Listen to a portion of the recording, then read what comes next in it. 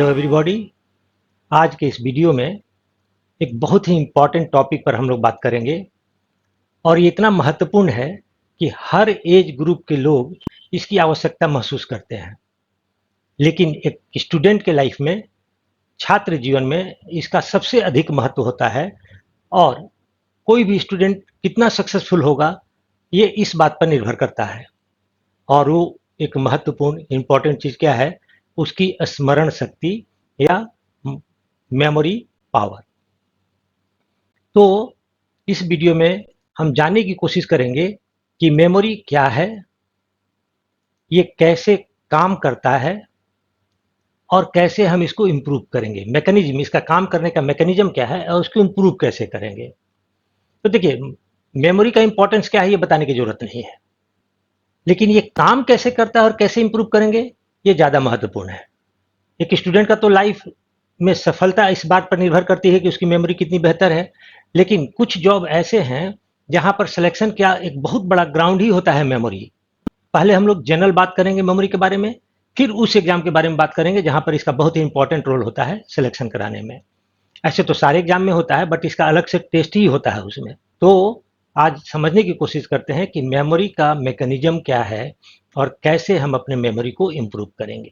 Memory को समझने के लिए तीन चीज को समझना जरूरी है। R R R, 3R। और 3R वो क्या है? तो सबसे पहला है रिकॉर्ड, यानी लर्निंग। मतलब क्या हुआ? याद करना। याद करना ये मेमोरी का पहला स्टेप है। दूसरा है रिटेंशन, याद रखना। और तीसरा है रिकॉलिंग या रिट्राइवल या रिकॉलिंग, मतलब जब हमको जरूरत पड़े तो फिर से उस चीज को अपने दिमाग में लाना। तो पहला हो गया याद करना, फिर उसको याद रखना, और जरूरत पड़ने पर फिर से हम उसको रिकॉल कर सकें सफलतापूर्वक। तब कही जाएगी कि हमारी मेमोरी बहुत बेहतर है। इन तीनों में से कोई भी चरण अगर कमजोर है, वीक है, तब हमारा मेमोरी कमजोर हो जाएगा। एग्जाम्पल के लिए, अगर हमको याद करने में ही परेशानी आ रही है तो मेमोरी तो कमजोर होगी। याद करते हैं लेकिन भूल जाते हैं, तब भी हमारी मेमोरी कमजोर हो गई। और हमने याद किया, याद रखा, जरूरत पड़ती है तब भूल जाते हैं, तो इसका मतलब याद करना और याद रखना दोनों बेकार हो गया, क्योंकि जरूरत पड़ने पर हम उसका इस्तेमाल ही नहीं कर पाते हैं। इसको एक और एग्जाम्पल से बेहतर तरीके से समझ सकते हैं। जैसे एग्जाम का डेट निकलता है, आप तैयारी में लग जाते हैं, अपने सब्जेक्ट को, अपने विषय को याद करते हैं, एग्जाम के डेट तक उसको याद भी रखते हैं, और एग्जामिनेशन हॉल में जाकर जरूरत के हिसाब से उसको फिर से दिमाग में लाने की कोशिश करते हैं। और अगर ये तीनों प्रोसेस आपका सही है तो आपका एग्जाम बहुत बेहतर जाएगा। अदरवाइज बताने की जरूरत नहीं है कि रिजल्ट क्या हो सकता है। तो याद करना, याद रखना और पुनः याद करना, मतलब दिमाग में लाना, अगर ये तीनों स्टेप आपका सही है तो आपकी मेमोरी बहुत अच्छी होगी।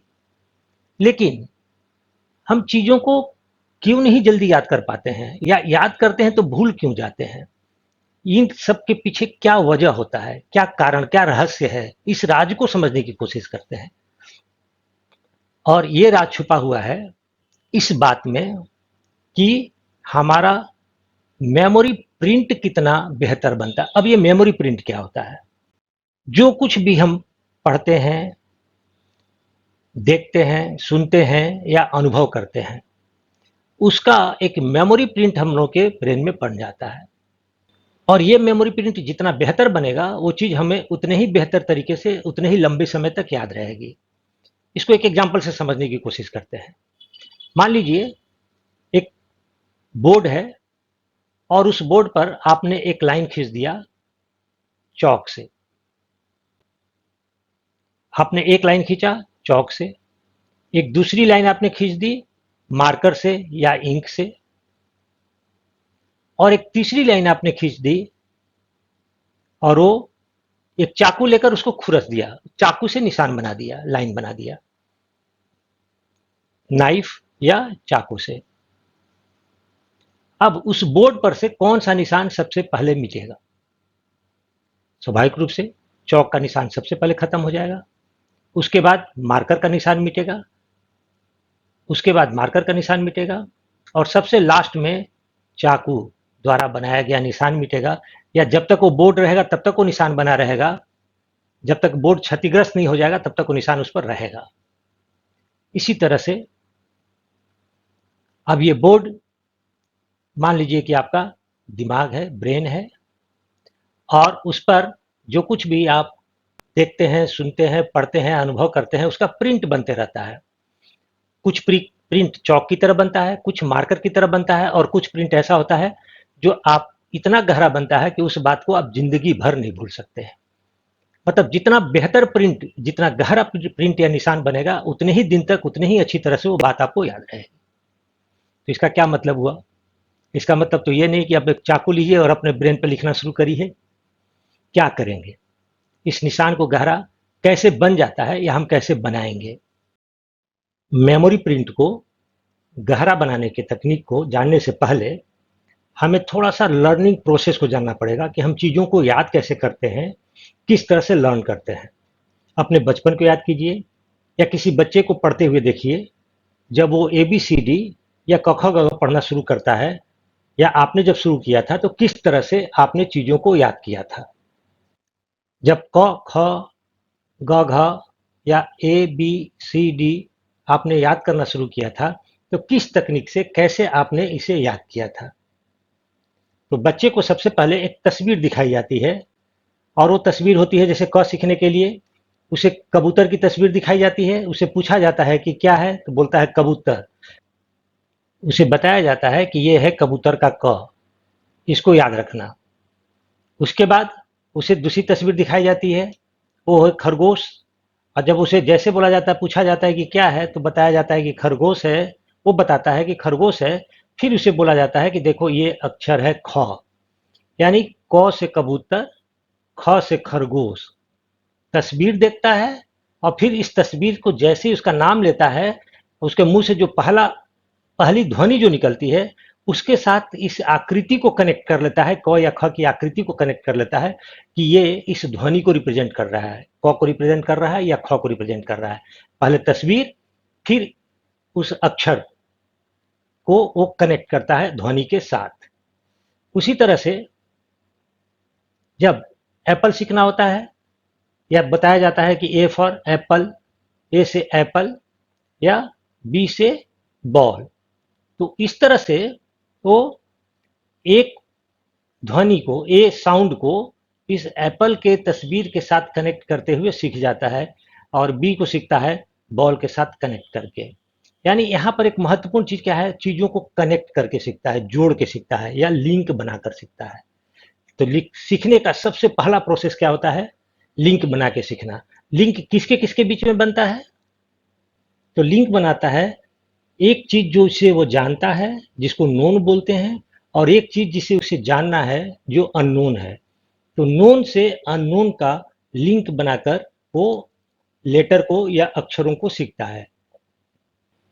एक चीज जो जान रहा होता है, जैसे कबूतर वो जानता है, खरगोश के बारे में वो जानता है, या एप्पल क्या होता है, या बॉल के बारे में जानता है। ये चीजें, ये तस्वीरों के बारे में वो जानता है, उसको नॉलेज है, ये ऑलरेडी उसने सीख लिया है। अननोन लेटर उसको सीखना है, अक्षर सीखना है, जिसके बारे में वो नहीं जानता है, वो है क। खरगोश को सीख के खरगोश के माध्यम से सीखता है ख। उसी तरह से सीखना है उसको एप्पल के द्वारा ए, या बॉल के द्वारा बी। इस तरह से अक्षरों को सीख लेता है लिंक बनाकर। और जब एक बार ये लिंक बनाकर जान जाता है, बिना तस्वीर के वो क ख ग घ पढ़ लेता है या ABCD जान लेता है, तो जो अननोन था अब उसका हो जाता है नोन। अब उसको लिंक की जरूरत नहीं पड़ती है। तो सीखने का पहला और सबसे बेसिक चीज क्या है? चीजों को जोड़कर सीखना या लिंक बनाकर सीखना, नोन से अननोन का। तो नोन से अननोन का जो ये लिंक बनाने की प्रक्रिया है, इसी में मेमोरी का बहुत बड़ा रहस्य छुपा हुआ है। ये लिंक जितना बेहतर बनेगा, जितना क्विकली बनेगा, और जितना गहरा बनेगा, उतनी ही अच्छी तरह से, उतनी ही जल्दी, और उतने ही अधिक दिनों के लिए वो चीज हमें याद रहेगी। लिंक को बनाने का टेक्निक सीखना पड़ेगा एक बार फिर से आपको। लेकिन ये लिंक बचपन में बनाया हुआ लिंक गहरा कैसे हो जाता है? तो जैसे हमने शुरू में बताया था कि जो अगर 3 लाइन खींच दिया जाए, एक चॉक से बोर्ड के ऊपर, एक खींच दिया जाए मार्कर से और एक लाइन खींच दिया जाए नाइफ से, चाकू लेकर, तो सबसे पहले क्या मिटेगा? चॉक। यानी ये लिंक अगर हल्का बन गया तो आप चीज़ों को जल्दी भूल जाएंगे। थोड़ा ज़्यादा बना तो अधिक समय तक याद रहेगा, और इतना गहरा बन गया कि वो लिंक मिटेगा ही नहीं, तो आप उसे परमानेंट सीख जाते हैं, वो आपकी मेमोरी में अस्थायी रूप से आ जाता है। तो यहाँ पर जो आप सीखते हैं बचपन में, वो गहरा कैसे होता है? तो उसका एक सबसे बड़ा कारण क्या है? पुनरावृत्ति या रिपीटेशन। रिपीटेशन करना मतलब एक ही चीज को बार बार दोहराना या बार बार रिपीट करना। रिपीट करने से क्या होता है? लिंक ज्यादा बेहतर बनता है, गहरा बनता है। एग्जाम्पल के लिए आप लोगों ने कविता सुनी होगी, करत करत अभ्यास जड़ मत होत सुजान, रसरी आवत जात है सिल पर पड़त निशान। तो ये लिंक को गहरा बनाने के लिए आपको बार बार चीजों को रिपीट करना पड़ता है। तो बचपन में तो आप पढ़ते थे, रिपीट करके चीजों को याद करते थे, क्योंकि आपके पास वक्त भी होता था, समय भी रहता था, और रिपीट करवाने वाले लोग भी होते थे जो आपको मदद करते थे, टीचर या बड़ा भाई या पेरेंट्स या घर पे जो टीचर आते होंगे, ट्यूटर से सारे आपको मदद करते थे। लेकिन अब आपका ये लिंक बनाने की प्रक्रिया थोड़ी कमजोर हो गई है।